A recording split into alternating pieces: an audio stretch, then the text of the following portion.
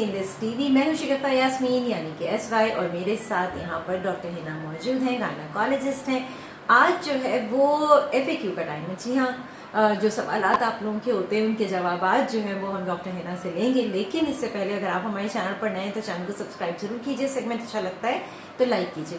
इसके साथ साथ कि मैं प्रोग्राम को आगे बढ़ाऊं और आपके सवालात को प्रोग्राम में शामिल करना शुरू करूं, पहले एक चीज़ मैं आपको बताना चाहूँगी कि वो लोग जिन्होंने हमें अभी ज्वाइन किया है, आप डॉक्टर हिना के जो प्रीवियस प्रोग्राम्स हैं वो देखना चाहते हैं जो कि हमने डिफरेंट गायनेकोलॉजिकल इश्यूज़ पे किए हुए हैं, तो आप प्लेलिस्ट पे जाइएगा, doctor.com का फोल्डर है, वहाँ से आप वो तमाम प्रोग्राम जो हैं वो देख सकते हैं। चलिए डॉक्टर हिना से मिलते हैं। अस्सलाम वालेकुम। आज आपके लिए सवालात और मुख्तलिफ नौइयत के सवालात हैं और उसके जवाबात आप देंगी। पहला सवाल मैं शामिल कर लेती हूँ वक्त ज़ाया किए बगैर। ये है जमीला का मैसेज और वो ये पूछ रही हैं कि ये जो एक टेस्ट में आता है यीस्ट इन्फेक्शन, तो क्या ये यूरिन से डायरेक्ट होता है?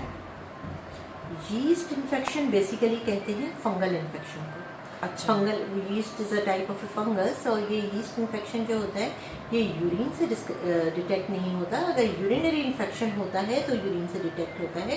ये तो कुछ ऐसे साइन सिम्टम्स होते हैं जो पेशेंट्स खुद आके बता रही होती हैं, जैसे बहुत ज़्यादा इचिंग हो रही होती है और वाइट कलर का डिस्चार्ज होता है, कर्ड लाइक जमा जमा सा होता है, और वो तो खुद उसी से ज़्यादातर डायग्नोसिस तो उसी से बन जाता है, ज़्यादा कोई टेस्ट करवाने की ज़रूरत नहीं पड़ती। और अगर कोई बहुत ज़्यादा टेस्ट करके उसको मज़ीद कंफर्म करना चाहें तो वो जो डिस्चार्ज होता है हम उसको स्लाइड पे ले लेते हैं, उसको हम HVS स्टिक जो हमारी होती है जिससे हम डिस्चार्ज कलेक्ट करते हैं और उसके बाद हम स्लाइड पे रख के उसको अंडर माइक्रोस्कोप देख सकते हैं, तो उसमें हमें क्लियरली फंगस के हाइफाज नज़र आते हैं। तो उस पर हम जैसे कैंडिडा का इन्फेक्शन होता है तो वो that is a type of yeast, तो वो हमें पता चल जाता है और कंफर्म हो जाता है। और यूजुअली हमें उसका कोई इतना टेस्ट लेने की ज़रूरत नहीं होती, उसके सिम्टम्स इतने ज़्यादा स्ट्रॉन्ग होते हैं और साइंस एंड सिम्टम्स के बेस के ऊपर ही हम उसे ट्रीट कर देते हैं और यूरिन के टेस्ट से डिटेक्ट नहीं कर सकते। ठीक है, unless it's a urinary infection. अगर यूरिनरी इन्फेक्शन होगा तो फिर वो यूरिन के टेस्ट से डिटेक्ट होगा। ठीक है। अच्छा, उसके अलावा हुस्ना ये सवाल करती हैं कि जिस तरह से कहती हैं कि जी मेरे ब्रेस्ट में पेन रहता है, तो क्या ये जाना चाहिए, इसको चेक कराना चाहिए? होता है पीरियड से पहले हो रहा होता है, पीरियड के कुछ दिन तक रहता है और उसके बाद ख़त्म हो जाता है। वेल, ब्रेस्ट का पेन जो है वो मेंस्ट्रुअल साइकिल से बहुत ज़्यादा रिलेटेड होता है और पीरियड से पहले, जैसे हमने अपना प्री मेंस्ट्रुअल सिंड्रोम वाले प्रोग्राम में बहुत डिटेल में डिस्कस किया था कि पीरियड से पहले भी कुछ ख़वातीन होती हैं जिनको ब्रेस्ट टेंडरनेस या ब्रेस्ट में पेन हो रहा होता है और पीरियड्स के बाद तक होता रहता है, जिनके अंदर बहुत ज़्यादा स्ट्रॉन्ग सिम्टम्स डेवलप हो जाते हैं और ड्यूरिंग द पीरियड्स भी हो रहा होता है, मेंस्ट्रुअल फ्लो में भी हो रहा होता है। लेकिन she should not decide it on her own.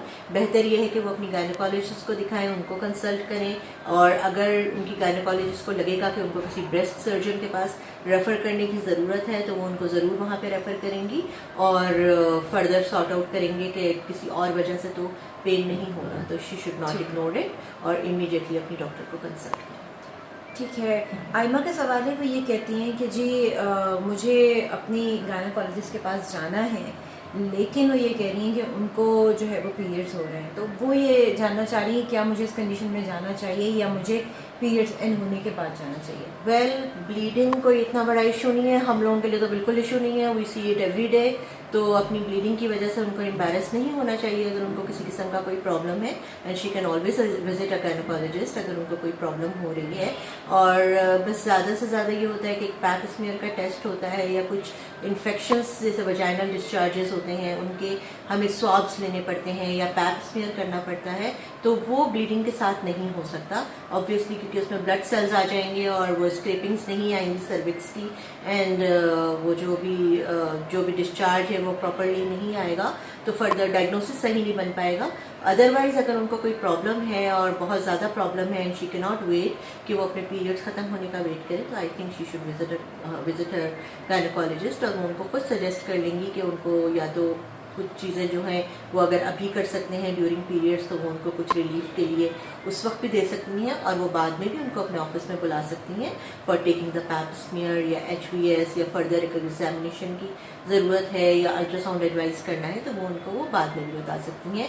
उनको कुछ इन्वेस्टिगेशंस दे सकते हैं जो कि उनके पीरियड्स ख़त्म होने के बाद वो करवा के ला सकती हैं, या इवन ड्यूरिंग पीरियड्स भी कुछ हार्मोन्स के टेस्ट होते हैं वो भी वो करवा सकती हैं। तो I think she should not wait for her periods to end, और इसमें there is nothing to feel embarrassed about, और आप अपनी गायनेकोलॉजिस्ट के पास जाएं और उनको अपना मसला बताएं और वो अकॉर्डिंगली आपको हैंडल करें। ठीक है। अच्छा, बिस्मा का सवाल है, वो ये कहती हैं कि जो डिस्चार्ज होता है वो ये कहती हैं उसमें बहुत ज़्यादा, उनके डिस्चार्ज में बहुत ज़्यादा स्मेल है जो वो उनको बिल्कुल अच्छा नहीं लगता। समटाइम्स साइड वाला कोई इंसान होता है या कोई खातून भी बैठी थी उनको भी फील होता है, क्या करना चाहिए उन्हें? वेल वही वजाइनल डिस्चार्ज के ऊपर हमने बहुत डिटेल में डिस्कस किया था पहले, चाहे तो वो वाला प्रोग्राम भी देख सकती हैं। इसके अलावा अगर उन्हें लग रहा है कि समथिंग अदर देन नॉर्मल, अगर उनको स्मेल आ रही है, ज़्यादा एबनॉर्मल लग रहा है उन्हें या बहुत ज़्यादा स्मेली हो रहा है, तो she should immediately consult a doctor.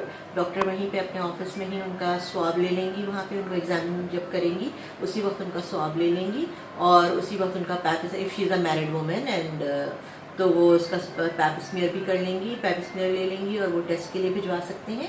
और उससे हमें काफ़ी सारे इन्फेक्शंस के बारे में नॉलेज हो सकती है कि कोई ऐसे इन्फेक्शंस हैं जिनकी वजह से उनका स्मेली डिस्चार्ज आ रहा है, क्योंकि बहुत सारी ऐसी कंडीशंस होती हैं सर्विक्स की, वजाइना की, और इवन कुछ इन्फेक्शंस होते हैं और कुछ बहुत सीरियस इन्फेक्शंस होते हैं, लाइक सेक्सुअली ट्रांसमिटेड डिजीजेस होती हैं। तो you should not avoid it and you should not get scared कि मैंने STDs या STIs की बात कर ली है, यानी कि सेक्सुअली ट्रांसमिटेड डिजीजेस या सेक्सुअली ट्रांसमिटेड इन्फेक्शंस की बात की है। तो there is nothing to worry about, they can be treated, और सिंपल दवाइयों से उनकी ट्रीटमेंट हो सकती है। You don't need to worry about it, और जो भी कंडीशन है दैट कैन बी ट्रीटेड, और आपको फ़ौरन अपने डॉक्टर के पास जाना चाहिए और अपने टेस्ट करवाने चाहिए और अपने आप को इवैल्यूएट करवा के और अपनी ट्रीटमेंट करवानी चाहिए। ठीक है। अच्छा डॉक्टर हिना, ये मेरे पास मैसेज है रुकैया का, वो ये कहती हैं कि उनको जो वजाइनल, और ये भी वजाइनल डिस्चार्ज के हवाले से ही सवाल आया हुआ है कि जी वजाइनल डिस्चार्ज उनको बहुत ज़्यादा होता है, तो वो कहती हैं कि ये जो डेली बेसिस पे हो रहा है कि ये नॉर्मल है? डिपेंड करता है, डेली बेसिस पर नॉर्मल भी हो सकता है, क्योंकि वजाइनल डिस्चार्ज एक तो वो कंडीशन होती है, हार्मोनल इम्बैलेंसेस होते हैं या हार्मोन्स में बहुत फ्रीक्वेंट चेंजेस आ रहे होते हैं, ओव्यूलेशन से पहले बहुत ज़्यादा हैवी डिस्चार्ज हो रहा होता है, इवन मेंस्ट्रुएशन से पहले हैवी डिस्चार्ज हो रहा होता है, और even sometimes in pregnancy discharge बढ़ जाता है। और अगर उनको कोई ऐसी बहुत ज़्यादा उनको कोई स्मेल या कलर फील नहीं हो रहा डिस्चार्ज में, तो इट कैन बी नॉर्मल, लेकिन it's better to get it evaluated. और अगर कोई ज़्यादा स्मेल है, कलर है, तो फिर तो उनको डेफिनेटली जाना चाहिए और अपना टेस्ट करवा के और कंफर्म करना चाहिए अपना टाइम। अच्छा, नेक्स्ट क्वेश्चन है साजिदा का। ये कहती हैं कि जी उनको जो है वो अभी जिस स्टेज से गुजर रही हैं, तो वो जिस तरह से पीरियड्स आने से पहले एक जो कहते हैं एक स्ट्रेस होता है, परेशानी होती है, तकलीफ़ होती है, तो वो ये कह रही हैं कि क्या कोई हम डिफरेंस कर सकते हैं एक नॉर्मल कंडीशन में और एक सीरियस कंडीशन में? वेल सीरियस कंडीशन पीरियड्स आने से पहले सीरियस, हाँ, जिस तरह से इनका सवाल जो है वो कुछ इस तरह का है कि जैसे पीरियड्स स्टार्ट होने वाले हैं, तो लोअर एब्डोमेन में भी पेन है, तो कमर में भी पेन है, तो ब्रेस्ट में भी तकलीफ़ है, तो समटाइम्स ये होता है ये सारे सिम्टम्स होते हैं और हो नहीं रहे, तो कोई ऐसी स्टेज आती है जहाँ पे हम इसको सीरियस समझ सकते हैं कि अभी सीरियस है, हमें डॉक्टर के पास जाना चाहिए, हमें पीरियड्स को वेट करना चाहिए? यूजुअली इसमें कोई इतनी सीरियस बात नहीं भी होती, क्योंकि पीरियड से पहले जैसे प्रीमेंस्ट्रुअल सिंड्रोम में भी ये सब चीज़ें हो रही होती हैं, एब्डोमिनल क्रैम्प्स हो रहे होते हैं, पेन हो रहा होता है, पीरियड्स डिले हो रहे होते हैं, और sometimes when you think more about your periods तो वो और ज़्यादा डिले हो रहे होते हैं, क्योंकि आप स्ट्रेस ले रहे होते हो, वरी ले रहे होते हो, तो उसकी वजह से, एंग्जाइटी की वजह से आपकी साइकिल्स जो हैं या तो प्रीपोन हो रही होती हैं या पोस्टपोन हो रही होती हैं, यानी कि उसकी वजह से जल्दी भी हो जाते हैं आपके पीरियड, डिस्टर्ब हो जाती हैं आपकी साइकिल्स, क्योंकि आपके हार्मोन्स के ऊपर बेस कर रही होती हैं साइकिल्स, और हार्मोन्स जब डिस्टर्ब होते हैं तो आपकी पूरी मेंस्ट्रुअल साइकिल जो है वो डिस्टर्ब हो जाती है। तो I think in the first place आपको इतना ज़्यादा बैठ के सोचना नहीं चाहिए कि अब मेरे होने वाले हैं या जब होने होंगे तो हो जाएंगे। I mean you don't need to sit and think about it, and I think you should be busy enough in other things to even sit and think about it, और आप बैठ के इतना टाइम आपके पास होना ही नहीं चाहिए कि आप बैठ के एक अननेसेसरी बात के लिए सोचें। लेकिन if something is very disturbing, कि आपको बहुत ज़्यादा पेनफुल हो रहे हैं, तो फिर बहुत सारी ऐसी कंडीशंस होती हैं जैसे एंडोमेट्रियोसिस होता है, वो भी हम पहले डिस्कस कर चुके हैं बहुत डिटेल में कि एंडोमेट्रियोसिस क्या होता है। पेनफुल पीरियड्स होते हैं, या किसी और वजह से कुछ पेशेंट्स में फाइब्रॉइड्स वगैरह होते हैं, या और बहुत सारे ऐसे इन्फेक्शंस होते हैं जिसमें पेन बहुत ज़्यादा हो रहा होता है। पेल्विक इन्फेक्शंस होते हैं पेल्विस के, तो उस कंडीशन में ये है कि आपको इग्नोर नहीं करना चाहिए। Is better to consult your doctor. अगर आपका सिंपल बिल्कुल plain paracetamol like pain killer से रिलीव नहीं होता आपका पेन, और आप अननेसेसरी सफ़र करने की आपको ज़रूरत नहीं है, then you immediately visit your doctor, और फिर वो खुद सॉर्ट आउट करेंगी कि आपको एक्चुअली प्रॉब्लम क्या है। वो आप खुद नहीं डिसाइड कर सकती कि इज़ इट डेंजरस और नॉट। यूजुअली इतने कोई dangerous conditions are not that common. बहुत अनकॉमन ही होता है कि कोई बहुत डेंजरस कंडीशंस हो, लेकिन ये है कि जो भी प्रॉब्लम है, of course it is a problem, so it needs to be sorted out. अच्छा, लास्ट क्वेश्चन में शामिल कर रही हूँ। ये आमना क्या है, और आमना ये कह रही हैं कि अगर स्ट्रेस में हम रहते हैं तो फिर ये हमारी हेल्थ पे किस तरह से असरअंदाज हो सकती है।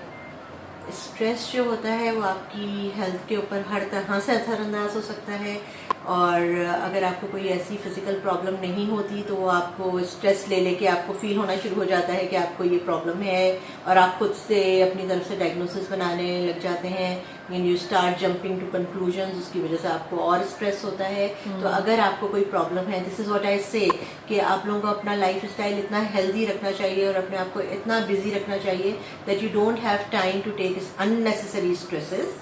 पहले लाइफ में नेसेसरी स्ट्रेसेस बहुत ज़्यादा हैं, और अननेसेसरी लेने की तो बिल्कुल ज़रूरत नहीं है। आप अपने आप को पॉजिटिव एक्टिविटीज़ में इन्वॉल्व करें, आप अपने आप को इतना बिजी रखें कि आपके पास इतना टाइम नहीं हो कि आप अननेसेसरी बातें सोचें जो हो ही नहीं रही, जो एग्जिस्ट ही नहीं कर रही। There is no point thinking about them. लेकिन if something is bothering you, तो स्ट्रेस लेने के बजाय ये है कि आप फ़ौरन अपने डॉक्टर के पास चली जाएँ। तो उससे ये है कि आपको स्ट्रेस ज़्यादा बढ़ेगा नहीं, आपका स्ट्रेस कम हो जाएगा, और अगर कोई प्रॉब्लम फिजिकली वाकई में प्रेजेंट है तो उसका ट्रीटमेंट हो जाएगा, और जब उसका ट्रीटमेंट हो जाएगा तो आप ऑटोमेटिकली स्ट्रेस फ्री हो जाएंगे। और उसके अलावा स्ट्रेस ओवरऑल आप इतना लेने के बजाय ये है कि अगर आप अपने आप को एक्सरसाइजेस करें तो अननेसेसरी स्ट्रेसेस आपको वैसे ही नहीं होंगे। बिल्कुल बिल्कुल सही बात है। Doctor Hina, thank you so much. आपने तमाम सवालात के जवाब बहुत डिटेल के साथ जो है वो दिए, बहुत शुक्रिया आपका। और यहाँ पर हमारा आज का ये क्वेश्चन आंसर का सेशन जो है वो एंड हो रहा है। तो शगुफा यास्मीन यानी कि SY और डॉक्टर हिना को दीजिए इजाज़त। हम फिर मिलेंगे कुछ नए सवाल जवाब के साथ। खुदा हाफिज़।